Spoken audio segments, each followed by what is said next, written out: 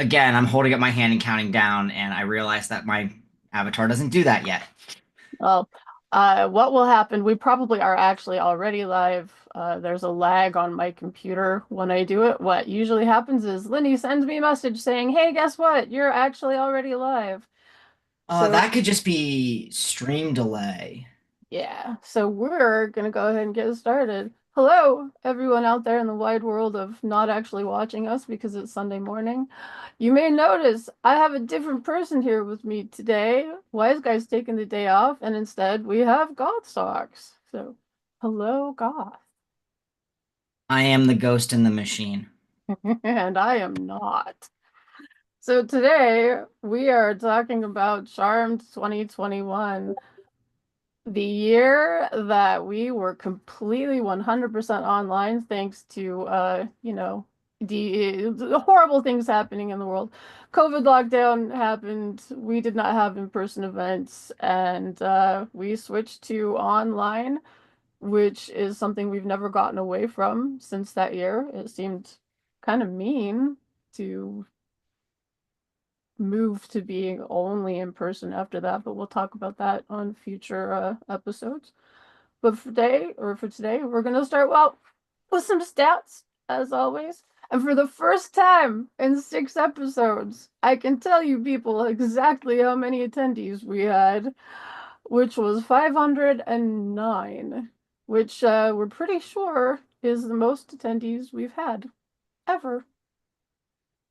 And that's of course because it was easier for people to Uh, it would attend be most attendees to date.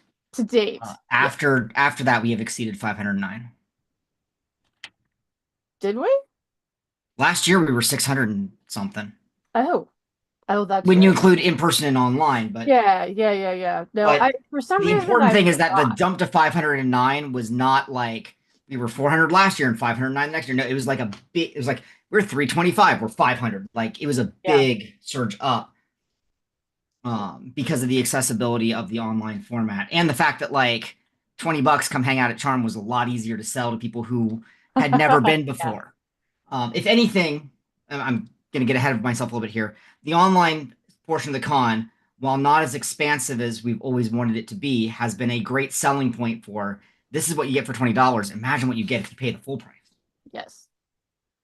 Let's see. We had 78 classes that year, which is actually really, really high for I want to say it's really high for an online con in general, as long as you don't include us in your data. We had 59 different presenters. And the exciting thing about that was that 9 or 10 of those presenters were people who'd never been able to present for us before because they were overseas or disabled in a way where they couldn't physically come to the convention. So that was the first year we had Imaginatrix, for example, as a presenter because she's in England and was able to be on our con schedule and decided that she liked it so much that she's continued to do it. So that's exciting, or exciting for me. We did not have any evening events, which is something that at that time, and I want to make clear, I was not part of the ConCom in 2021. I keep saying we as if I was I random. would like you to take the lies out of your mouth because we sure as crap had evening events. I'm looking at the server right now. There were evening events. So what I'm let me say what I mean. We had evening events, but we did not have evening events that were submitted as classes. Yes, we did. Okay. We We had the Pet Play Menagerie, which was submitted as a class. We had oh wait, I'm in the wrong year. yeah. 1 second. I know we had the everyone's favorite thing that Mazepam runs, the erotic gallery. The Gallery of Living Art, Thank you. run by And Miserian. it's look, I'm hired to do the computer stuff, not the pronounce people's name stuff. Um, Hey, if you're going to confuse people's names with tasty kinds of food, I am in support of that. But So, that was set up via individual users. hmm We had the COVID crafting hour, which was an event. Uh, So an the important way thing, I, we had evening events, but they weren't necessarily in the evening, and they weren't mhm. traditional the way they were handled traditionally. But we did have them um, because I remember this debate. the way I got my data for these classes was by looking at the options available on the feedback form for classes at Charmed 2021. So I don't doubt that we had those things. I'm just not sure they were submitted to the convention in the same fashion as the other classes were. They were submitted through pre-talks. We were using pre-talks. That's Okay. the year after I yelled at everybody about pre-talk. No, that was the year I before I yelled at everybody about pre-talks.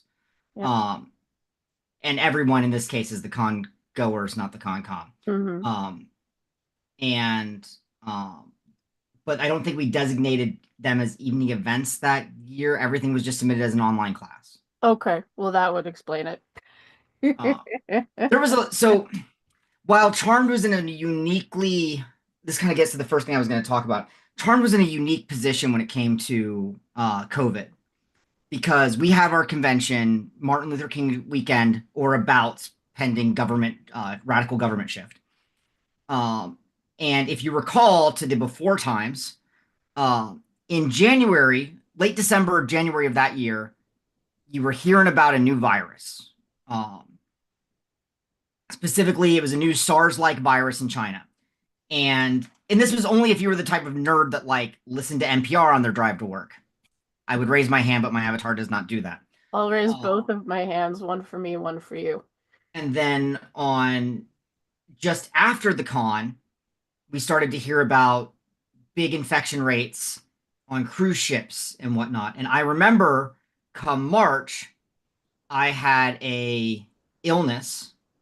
It was hard to breathe, and I was sitting in a hospital waiting room um, to be checked out. And Trump got on the all the different news feeds that were up in the hospital changed to the president's speech where he was announcing that he was shutting off connections to Europe, which he wasn't, and that COVID was a real thing now. And that famous speech where that kind of kicks off the whole COVID era from Trump. I was in a hospital waiting room for that. I did not have the type of infection that is associated with COVID, but I had been referred to the hospital from the urgent care I'd gone to earlier, because given the medications I take and the symptoms I had, uh, please go directly to emergency room. Do not pass go to like not collect $200 is all the more receipt I got. Um, Mhm. it was nothing, or it was not enough of something that anything happened from it. But it was just very much that classic sort of like, oh, you're on these medications and you have these symptoms. We could look into it, or we could just send you to the emergency room and make it their fault. Which, great. That sounds It, like an outstanding way to deal with people. if you're trans, you'll know the phrase I'm about to say: trans broken arm syndrome. If you're not trans, I will explain that at a later date. Is that similar to, for example, people who are overweight having their fatness blamed for everything that possibly could be wrong with them? It's the exact same concept, just swapping weight with hormones. Yeah. Oh, I shit you not. I've had a dentist tell me that my gingivitis was particularly acute because I was on hormones. And I'm like, I'm going to need some backed up data with that and maybe a study or two, or that's just the most horseshit thing I've ever heard. That does, yeah. Yeah, that does not sound like I'm not a medical professional, but it still sounds like bullshit. Okay, so steering back to the Charmed track, there was really, really good diversity of classes available through the online program. And that's something that we've tried to do every year.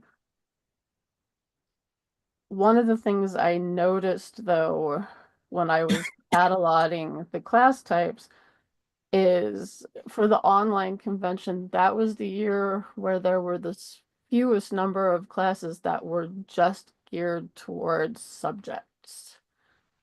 We took a lot. We played loose and fast with the online con.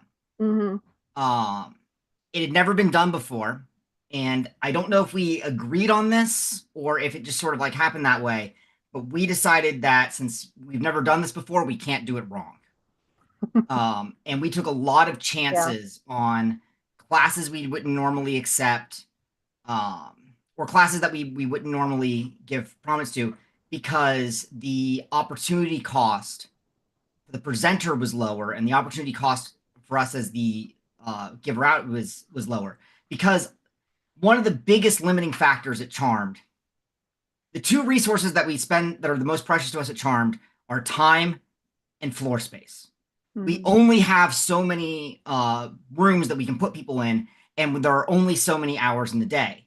Well, when you're running a virtual con that is literally running around the world, you have more than 24 hours in a day. Ask me how I know. And then, and unlike a building where to get a new classroom, you've got to do a major expansion, spend lots of money, knock down a wall, and all that. Spinning up a whole extra room on the virtual space was just as easy as spinning up another Zoom room. Our license Zoom's licensing is or was to my memory quite easy that once we had the account and we paid for a certain level of service, we could have functionally as many rooms as we wanted. There were just rules about who could open them and who could run them, Hmm. rules that we learned on the fly and would later go into the design decisions that would be made down the road. But that comes together to mean that if someone's new to being a presenter, we don't have to wonder, are they do they know what they're doing? Are they going to give us a good class? If somebody gives us a an idea that sounds great but doesn't have the support that we would normally want to see in the call for presenters that give us an explanation of what you're doing, we could still go, this is curious enough that I'm going to greenlight it. And I'm not saying that every class went perfectly. You have the feedback data, Yeah. but it, due to the nature of COVID, it was a unique opportunity for us to experiment with new presenters, new formats, new ideas for what a charm class could look like, and um, and if it failed, it did not consume as much of our resources Hmm. as would be considered elsewhere. Now, the other side of this is that time is a resource that you spend when you go to conventions, much in the same way that it's a resource you spend when you go to Disney World. And the more stuff you cram in a Charmed, the more valuable you make everybody's time, and the harder it is for them to spend their time productively. And so I do remember us getting complaints that there was too much on the schedule.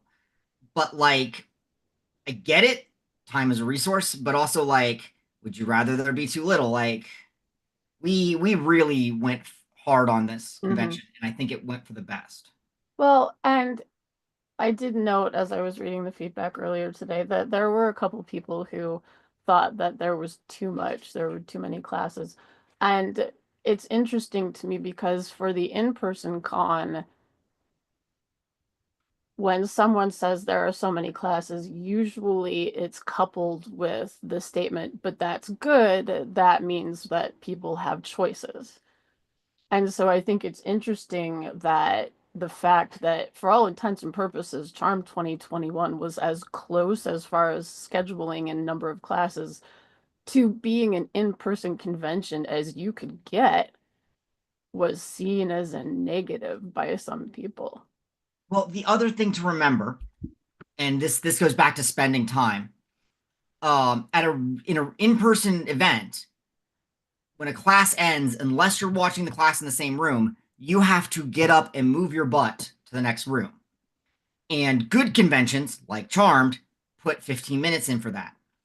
Now, back at the old hotel, that I'm sure has been maligned to death here, Which old hotel? The first one or the the second? the one in downtown Baltimore that I Okay. feel is the iconic Charmed hotel, at least Right. in the pre-COVID era. Got it. Um, all the classrooms are right next to each other. That 15 minutes between and this is before we did a lot of like technology support for classes. Hmm. Um, that 15 minutes or 10 minutes, depending on the year, was more than enough time to get up, get to your next class, and still be able to see people along the way. But in the COVID year, I believe we went with 15 minutes before classes, between classes. I could probably reconstruct it here from the vast archaeological evidence on my computer. Um, but you don't have to get up and do anything to go to your next class. You just click on the link when it becomes available and go. On top of that, you're not going to run into any of your besties in the hallway. You're not going to see anyone. You're stuck at your computer, and unless they're in the house with you, you're alone. Hmm. It leads to a situation, I think, psychologically, and my degree is in astrophysics, not psychology, so just take this with the grain of salt. Where this convention felt more packed with things to do, but less time to spend with people. Hmm. And I tried to mitigate that in server design, but the best laid intention of mice and men don't always work out correctly. And Well, we'll get into that when I we was gonna pull up the say, server. thank you for that lovely segue because that is what we're about to talk about. So I'm going to embiggen you And I am going to uh, click on OBS and click this button. because in 2021, since we were an online convention, you see the advent of the convention specific server, which for people at home who are about to ask, yes, there will be a convention specific server for Charm 2025, and no, it's not ready yet. It's right here, and this is as much as you're going to see about it today. So before 2021, Charmed Discord, a brief summary. I started attending Charmed the first year we were in the Baltimore hotel. There was no Discord that I'm aware of. The second year I was in the Baltimore, we were in the Baltimore hotel. I was in a wheelchair due to complications from surgery, and I camped at the information or Jeeves's ops desk and started my coup of ops. At the end of that year, Jeeves asked me to join the Concom, and I did. The end of the next year, the third year at the Baltimore hotel, uh, someone came up to Wiseguy while I was talking to him and asked Wiseguy about the Charmed Discord. I'm like, Charmed has a Discord? And Wiseguy said, yeah, I just threw it together. I don't really know what to do with it. I don't really know how to use it. And I'm like, make me your Discord admin. I do this sort of thing. And he put me on the Discord, upped me to Concom. And then after a couple of conversations back and forth, we figured out I taught him how to make a role server admin and give it to me. And that's how I took over the server admin job. And basically, we will pop over to the non-event server. This server has limped along for years. This is the charmed history that I have hidden from everybody because I'm a bit of a digital pack rat and don't like to delete things. There's even an archives under history where I have archived the specific yearly stuff.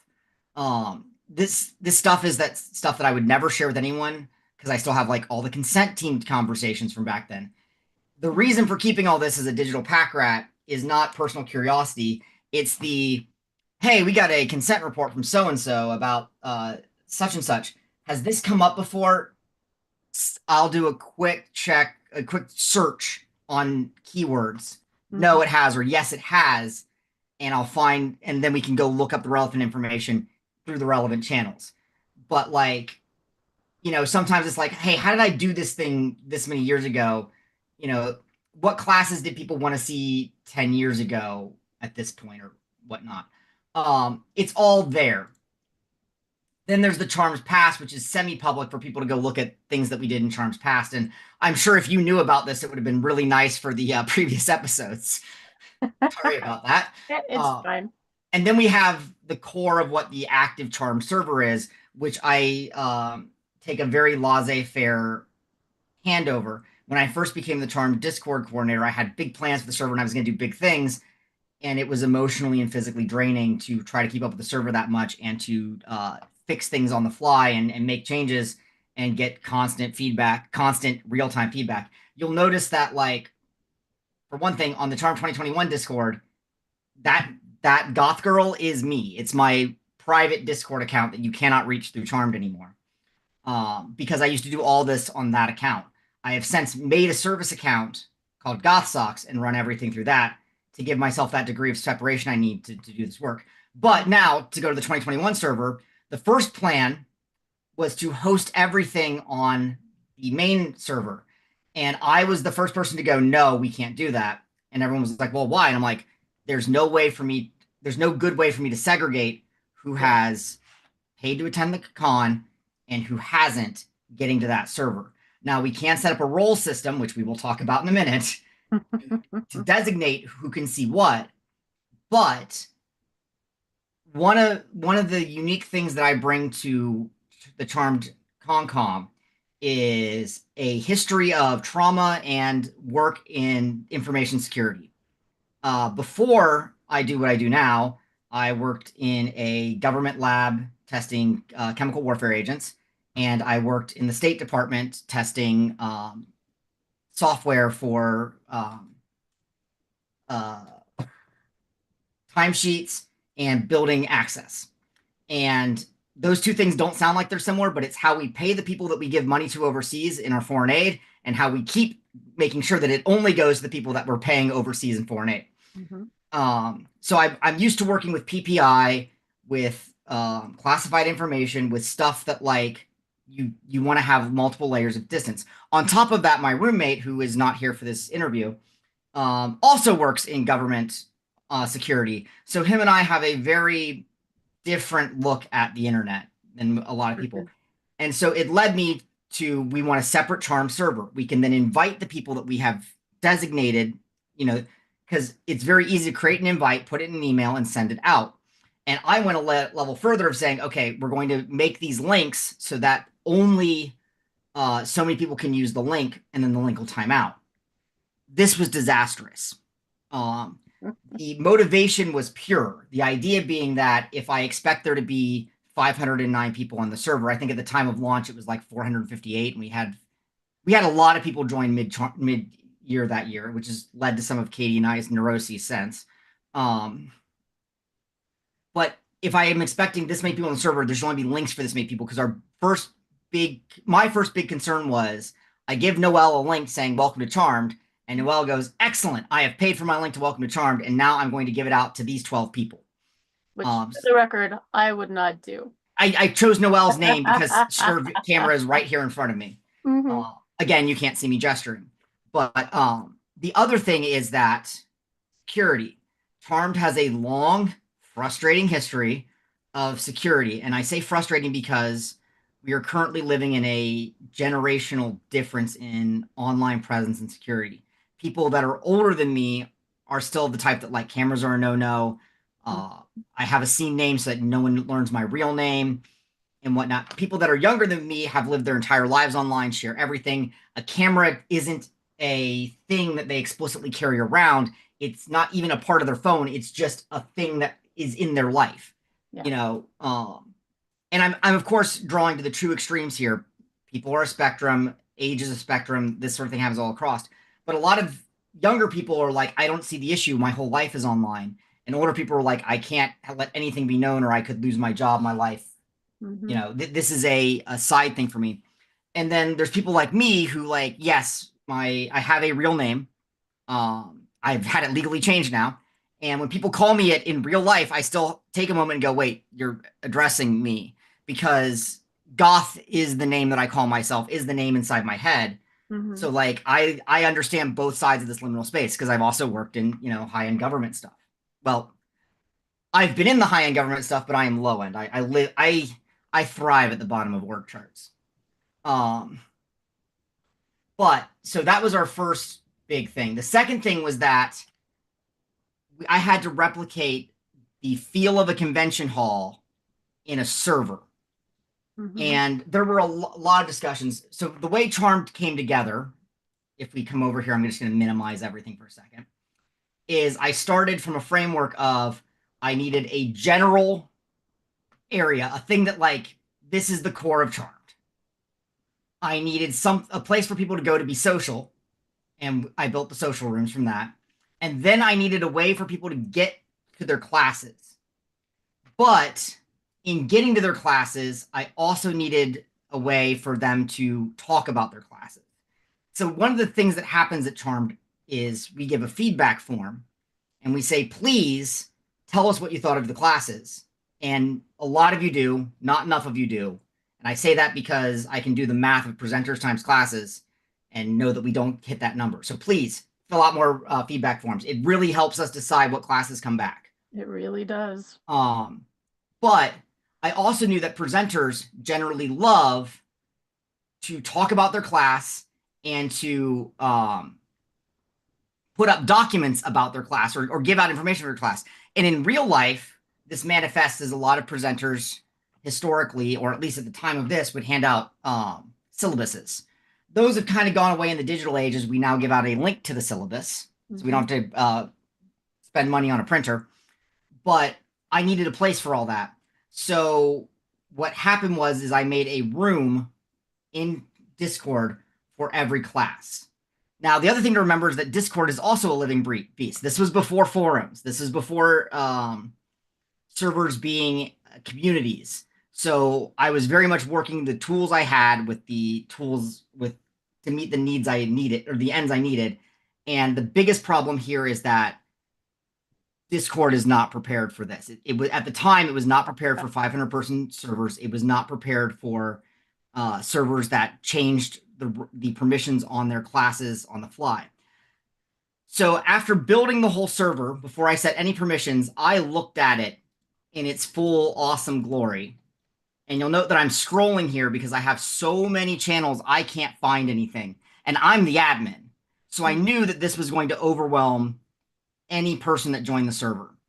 How would they find anything? So I made the decision to set all of the rooms to be visible only by the presenter that was presenting in that room and my tech support. And I'm going to take a brief tangent on tech support. When I first joined Charmed, tech support was me and Wiseguy running monitors around, not monitors, projectors around. That was all the more tech support Charmed needed. Then, as I usurped ops from Jeeves, I realized that like we had good volunteers, but there was this level of like high-end thought process that Concom did, and this bottom org chart basic labor that we had the volunteers do, and there were a lot of gaps in between the communications. Volunteers would often know to report to a certain person, but if they couldn't find that person, the information went into the ether.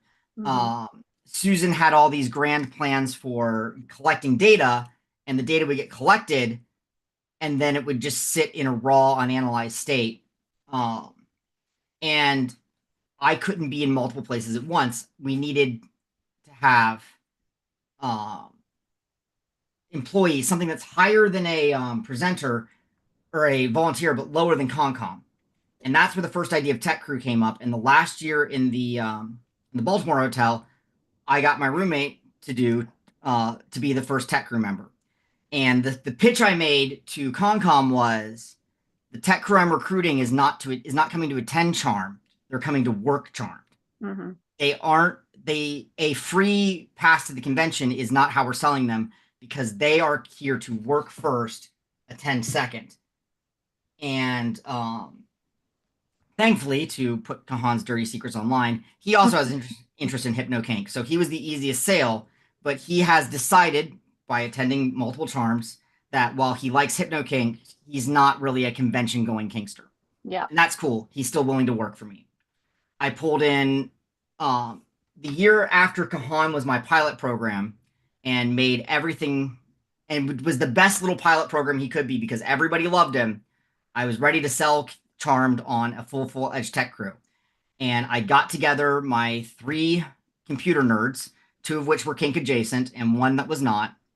And I pitched it to them on a rainy Sunday in January in a diner in Bowie.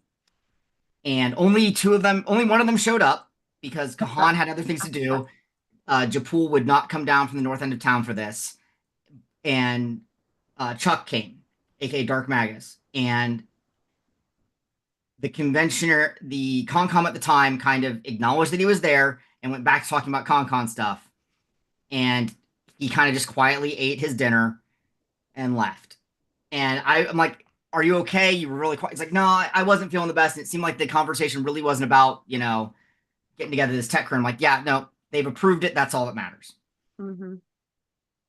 Recruiting a tech crew for a planned in-person con and then switching to online was the smartest thing I ever did, because now I had people that could help me make the trains run on time. Mm-hmm.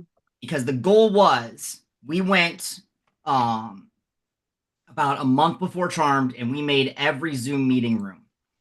We went through and figured out how Zoom created rooms, what accounts needed to be linked to properly own the room so they didn't time out in 45 minutes and all that. And we all made them. And they were posted by the person who made the room. So Cy posted this room, for example. He made this room. And we all made other people co-owners, so that if somebody was busy or a room ran long, someone else could open it.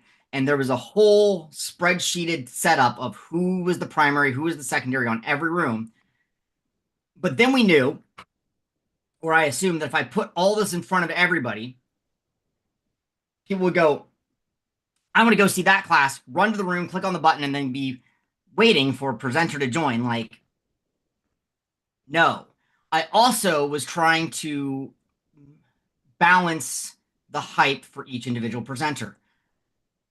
To call a spade, some classes are more anticipated than others. You This is can't get away from that. Some presenters are more popular, some topics are more attract more people, whatever. And I have a real egalitarianality urge to make everything as equal as possible as I can. mm-hmm. And one of the constant frustration points that presenters seem to have with me is they will come to me and be like, "Can you make my room visible like now so that people can know that it's there?" And I'm like, "It's on the schedule. They know it's there. It'll be visible at this time." But like, I need people in the room now so they can like start building the hype for my class. I'm like, "You're on the schedule. The hype exists. You can't have your room yet." And this is a constant struggle for me, because it's not your turn to go first. It's someone else's turn. Please attend their thing. So then, at 15 minutes before the classes would go live, we would go to the edit channel permissions, and we would go to the attendee permission and scroll down here, and it would go from off to on.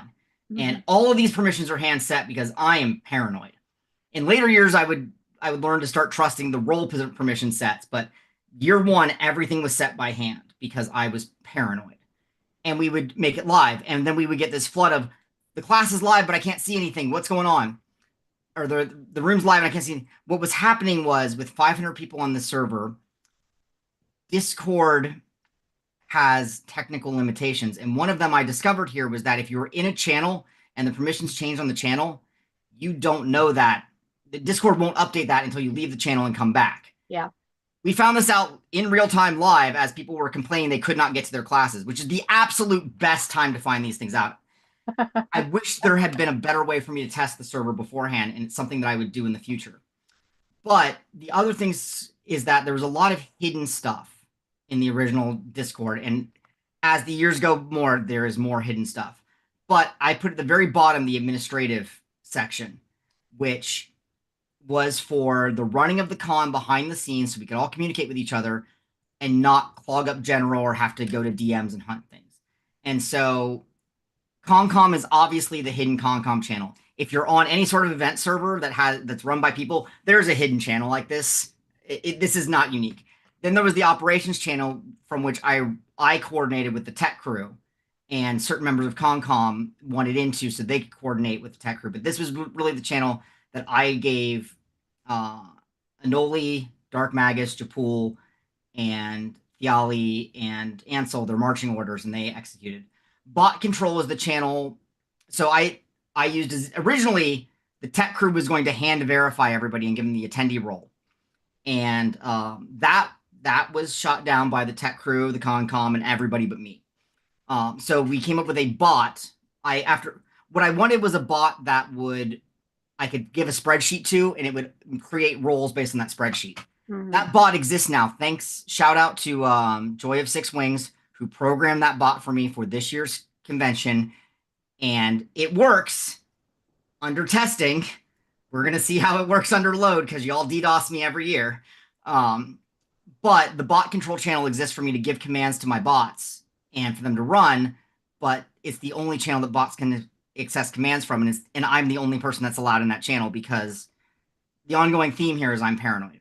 Hmm. Server messages is where if you're familiar with Discord, you know the join messages. You'll note that Charm doesn't have those because I have made a channel and put them there, and it's not because I don't want the hype of people not seeing. Like obviously, I waved to myself as I joined with my new account, but it's not that I'm trying to bury that hype. It's because by putting it all in one place, this is before Discord had a members function where you could look at the members on the server. This is how Dark Magus confirmed everybody that made it to the server was on the list. Um, Presenters was a channel for us to talk with presenters if they had any needs to get to us and we could get back to them. Same thing for volunteers. This channel, Zoom Issues, was explicitly for volunteers to report issues with Zoom and Discord. It was separate from the volunteers channel because I needed a place for my service tickets to be that I could find them, as opposed to the general chatter that happens in volunteers of like, hey, can I get someone to cover a shift for me or whatnot? I needed to have the Zoom issues be front and center because that's the con. It's the equivalent of saying like I need a special place to find out if rooms have collapsed. And then the consent team channel, which I won't even click on because that's where the consent team met to discuss consent team things. And then there was obviously voice channels for people to get on and talk to each other to make things faster. Now, in a perfect world, uh, no one but the consent team can see the consent team, and that is exactly how Charmed is built. But Discord has a single limitation I cannot overcome. If you own a server, you cannot be denied permission to do anything anywhere. Hmm. So I have to use the view server as functionality quite a bit to make sure that I have everything set correctly, and no one can see consent team except me and the consent team. And it's always really awkward because the consent team can see that I can see them and asks me questions in consent team. And I always go, guys, you can't do that. I cannot look in this channel. It is an immense amount of will that it takes me to Hmm. never look in the consent channel because, like anyone, a channel goes white. Ooh, what's going on in there? I'm just gonna peek in real quick. Nope, that's the Exactly. consent channel. Can't go in. Um, Now the other one you see here is name issues. Name issues is not an original channel of the convention, and it is something that will be an ongoing theme of later convention charms. Uh, Around the year of the first Charmed was also the year that a particularly nasty hypno virus went around. I call it a virus because it's a social media thingy, social media derived video that was supposed to get predominantly femme identifying people to change their name to Bambi and recruit others. It was a serial recruitment tool. That's about all I know of it. I know other people know more. I know that I probably should have led this with a content warning because quite a few people have listed that as a traumatic experience in their lives. And we had people whose server name matched the name associated with that thing. Now, the thing is that could they have been under the sway of it? Absolutely. Could it also be the fact that the person chose a very common bimbo name? Yes. But as an insulation factor, we needed a place to pull people into to say, hey, there's something up with just you, and we don't want to make a big deal out of this, but we need you to change something. And the thing was, is you might go, okay, we'll make that a DM. Well, we didn't want to make it a DM because DMs get ignored. Um, End users have rules, have rights to their own DMs. You can say no one from a server can contact me, and I can't get around that. I can get very angry about it, but I can't get around that. And also, it's hard to make a DM where multiple people can talk to you without you all being friends first, which is another leg of work to be done. We wanted a place where we could drag someone to, and whatever Concom member was available could say, "Hey, your name is associated with a certain negative thing. Can you do that? Um, can you fix that?" And so, like here, you can see that the couple of people we had, um, go through, and then people would be given the role, brought into the channel, and then me or Wiseguy would explain what to do, and then release them to the wild. Um, and at the very end, I'm like, okay, everything is done. I'm just gonna hold on to this in case I need it in the future. Mm-hmm. Back to my digital pack ratting. But then to go on to classes, every day the the channel would appear 15 minutes before the category would appear 15 minutes before the class would appear, and you could see this, and you can see that like Charmed was on the 15th. We were making these rooms weeks in advance and putting them in. Everything was pre-done, pre-put down, and then we would at 30 minutes before, this is Tech Crew letting you know that your room in Discord is, or your room in Zoom is now open. Presenter, get yourself in here. And each presenter had a volunteer assigned with them that was running that was doing the online volunteer thing. They are the where the presenter is presenting. They're the ones, letting people in and out of the Zoom room, uh, and queuing up questions and whatnot. Being the class moderator. So they were also contacted. They would jump in. There might be technical issues that we had to resolve here. And then at the actual start of the class at 11, so, or sorry, at 10, class was at 10. I know this because, or 10:30 because it says it right here. At an hour out on Friday morning, I opened this room up and tossed Wiseguy in it. We started doing some I was having some Zoom issues, but I'm always in and out. Then they got the room open, then they got people in, and the class went off. And from here, we start discussing about how to contact Wiseguy was talking about other things.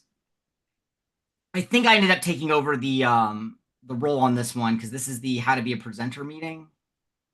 No, this is erotic hypnosis 101. This is not the one I took over. It was setting up a class that I took over for another user. And Wiseguy was then able to hold court afterwards, answering questions and making himself accessible to others before the room eventually sort of like petered out. Um, and that was my intention for all of these rooms. And you can see, so you want to be hypnotized. They've made the room that on that special January 10th, and then we,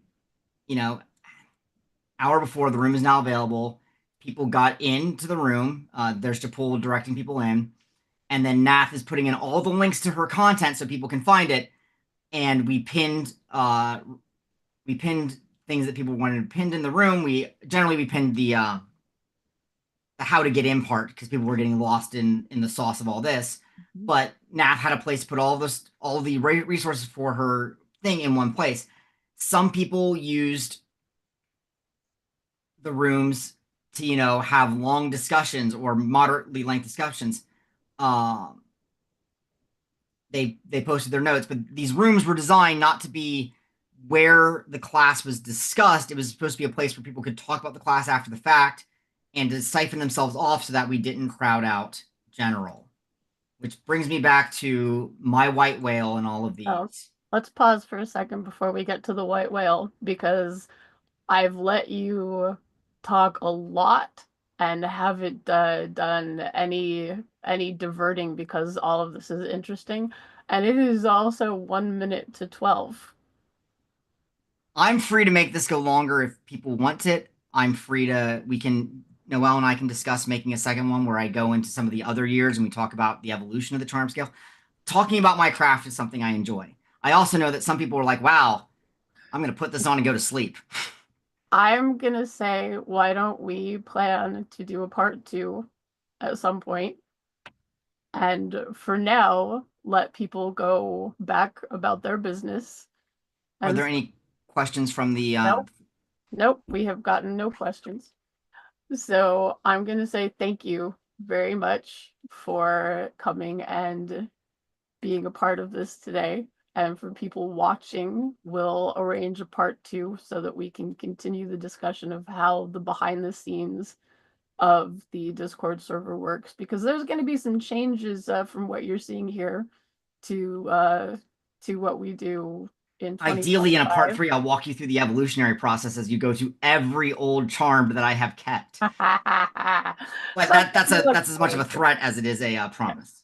So until then, I've been EnScenic, and that's been Goth. And thank you very much for coming to the live stream today. And we will see you next week.